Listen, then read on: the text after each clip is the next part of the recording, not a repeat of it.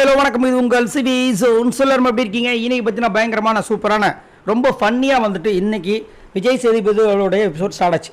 ரொம்பவே நல்லா இருந்துச்சு. வந்தவொடனே நம்ம விஜய் சேதுபதி அவர்கள் வந்துட்டு மக்கள்கிட்ட பேசிட்டு ஆடியன்ஸ் கிட்ட பேசிட்டு உள்ளே வந்து போன உடனே ஃபஸ்ட்டே வந்துட்டு வினோத் கிட்ட தான் வந்து கேட்டார், என்ன பிரச்சனை ஊரில் அவனுக்கு 1008 பிரச்சனை இருக்குது, உங்களுக்கு என்ன பிரச்சனை அப்படின்னு யோசிச்சார், பயந்தார். அதுக்கப்புறமா வந்துட்டு உங்களுக்கு ஒருத்தர் கூட மட்டும் பிரச்சனை வந்துட்டே இருக்குல்ல அப்படின்னு சொன்னதுக்கப்புறம் யார் தர்பீஸா அப்படின்னாரு. அதுக்கப்புறம் பார்த்தீங்கன்னா ஒரே ஃபன்னு தான். ஏன்னா ஒரு வீடியோ மட்டும் ரொம்ப வைரலாக போச்சு. என்னென்னா சங்கீத ஸ்வரங்கள் அந்த பாட்டை போட்டு இவர் வந்து கோமா சொல்லியிருப்பார் திவாகர். அவர் வந்து என்கிட்டே மோதிரியான்றதுக்கு முன்னாடி வந்து சைலண்ட்டாக இருந்திருப்பார். ரெண்டு பேரும் ஒருத்தர் பார்த்துக்கிட்டே இருந்திருப்பாங்க ரொம்ப நேரமாக. அதாவது ஆக்சுவலாக இன்னொரு மொழியில் வந்து பிக் பாஸ் வந்து அந்த ஒரு சீன் வந்து ரொம்ப வைரலாச்சு. ஒரு ஆணும் ஒரு பெண்ணும் வந்துட்டு பார்த்துக்கிட்ட ஒரு விஷயம். இங்கே பார்த்தீங்கன்னா இவங்க ரெண்டு பேரும் பார்த்துக்கிட்ட விஷயமா அதுக்கு தாண்டி வந்து பயங்கரமாக வைரலாக போச்சு. அதை தான் வந்து அங்கே சொல்லி ரொம்ப சந்தோஷப்பட்டார் நம்ம விஜய் சேதுபதி. அவருமே வினோத்துமே வந்துட்டு, சார் ஏதோ நைட்டு தூங்கும்போது வந்து தலையை கொஞ்சம் அமுக்கி விட்டேன் சார், அதை வந்துட்டு கொஞ்ச நேரம் ஏதோ என்ன பண்ணுவாங்க, சரி போதுங்க அப்படின்வாங்க. இவரு கொஞ்ச நேரம் கழிச்சு தூங்கினதுக்கப்புறமா கையை திரும்ப வைக்கிறார் சார், நைட்டெல்லாம் பண்ண சொல்கிறார் சார். ஒரு கொசுக்கடி வேறு. இவரோட அந்த கொரட்டை சத்தன்ற வார்த்தையை யூஸ் பண்ணல. ஏன்னா இங்கே வந்து எல்லோரும் மக்கள் பார்க்குறாங்க, இப்போ தான் மக்கள் பார்க்குறாங்களா அப்படின்னு நம்ம இருந்துச்சு.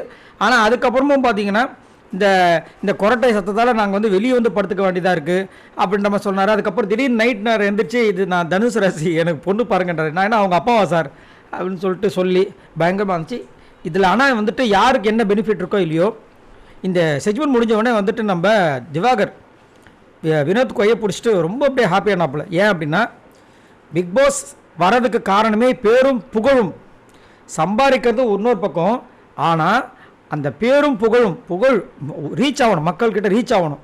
அதுக்காக தான் திவாகர் உள்ளே வந்தார். அவர் அதை சொல்கிறார், இது வரைக்கும் கரெக்டாக பண்ணிகிட்ருக்காரு.